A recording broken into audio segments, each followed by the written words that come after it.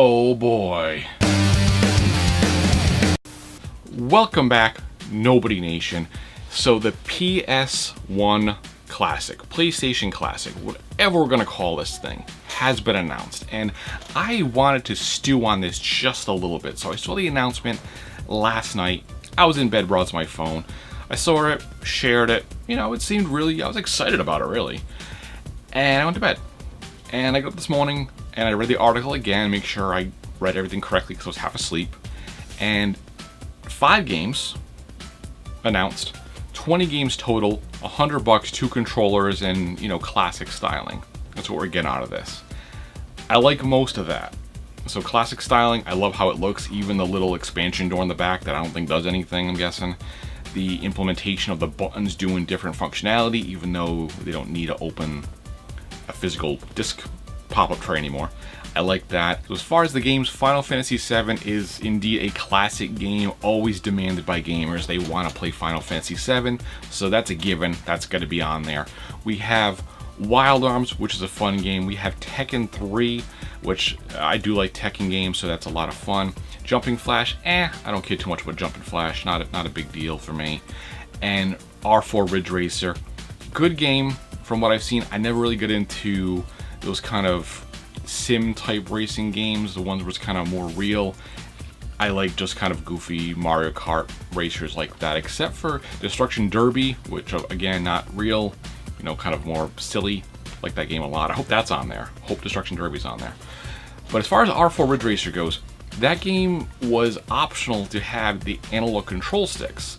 So now, since this system's only including the 2 original D-pad only controllers, you're kind of limiting what you can do with, you know, the playability of it, which I don't know if that was just for style, for simplicity, to make it cheaper. I don't know. Speaking of cheapness of it though, $99.99 or $100 is the price point of this console, and you know what? I don't agree with it. I think $100 is too much, and I'll tell you why. So when you get, at least to me, I know $100 is not a big deal to a lot of people, but to me, $100 is a corner.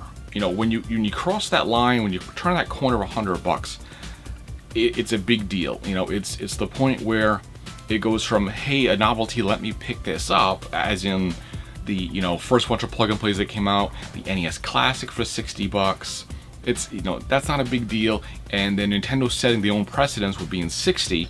When the Super NES Classic came out, you had $80, but they dealed in, oh hey, you get another controller. So they kind of made you feel like you were getting a good deal, even though $80 would have been too much at that point too.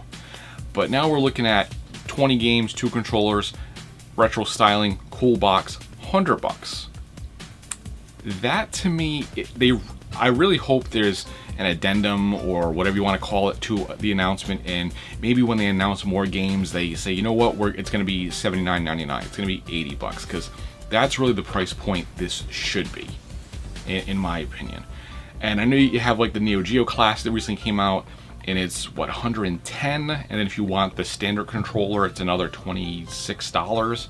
So now we're $140. It does come with a screen, granted, but still, the screen can't be that expensive. So that's where I feel like we're getting a little on the high side. I think everything's great except for that price point. It really should be a little less than $100. Just, it's a little too much. I know in the grand scheme, $100 is not a lot, but like I said, when you hit that line, when you turn that corner to $100, it's the difference of novelty, grab it, versus it's $100. Should I really spend $100 on it? And I think that's where they are kind of maybe losing some people with that price point. So as far as other games on it, what I want to see, I really hope we see Parappa the Rapper on that console, Battle Arena Toshinden, which are actually the 2 first games I got for PS1 back when I got it, PSX, whatever you want to call it. Really hope we see those 2. And even though they recently came out, Spyro, Crash Bandicoot, I feel like those games really need to be on there, at least the first one of each series. I'm actually hoping for Crash 2, because I love Crash 2, one of my favorite games ever. Also, Twisted Metal, Destruction Derby, These are games that need to be on there. I used to play a lot of, I think it was X Games or 2 Extreme. Those are really fun games too, from that kind of first run of PlayStation games that really need to be on this console. So let me know what you think below. What games do you want to see on it? Do you think the $100 price point is fair? Do you want to see it lower? Do you think it's justified? Let me know. If it's your first time here, hit that sub button. Let me know what you think. Hit the thumbs up if you like the video, and I'll see you guys next time.